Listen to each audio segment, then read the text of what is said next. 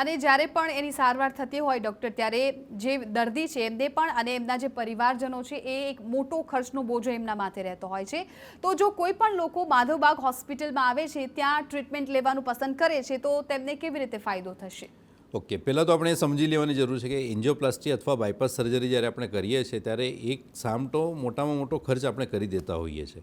બહુ બધી વાર આપણે જોયા છે કે પેશન્ટો એવા હોય છે કે જેમને ઘર જે છે એ પણ ગીરવી મૂકીને ટ્રીટમેન્ટ કરવાની જરૂર ઊભી થતી હોય છે.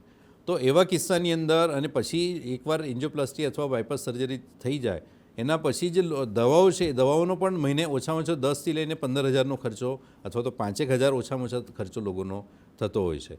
તો એવા કિસ્સામાં પ્લસ સાથે આપણે ઓપરેશન કર્યા પછી જે રિસ્ક છે એ રિસ્ક આપણે લઈને ચાલતા હોઈએ છીએ.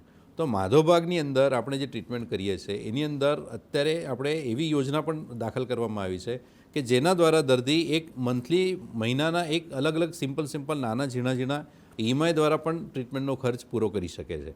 અને જેના દ્વારા કામ કરીને પોતાના ખર્ચા, પોતાના હૃદય માટેના જે થયેલા ખર્ચા છે એ પૂરેપૂરા બહાર કરી શકે છે. એટલે હું ચોક્કસપણે કહીશ કે માધવબાગની જે ટ્રીટમેન્ટ છે એ ટ્રીટમેન્ટ કર્યા પછી જે આપણે ઓપરેશન કરવા પછીના જે ખર્ચાઓ થતા હોય છે એનાથી ચોક્કસપણે આપણે બચી શકીએ અને માધવબાગના ટ્રીટમેન્ટ દ્વારા પૈસા આપણે બચાવી પણ શકાય. બિલકુલ. એટલે ખાસ દર્શક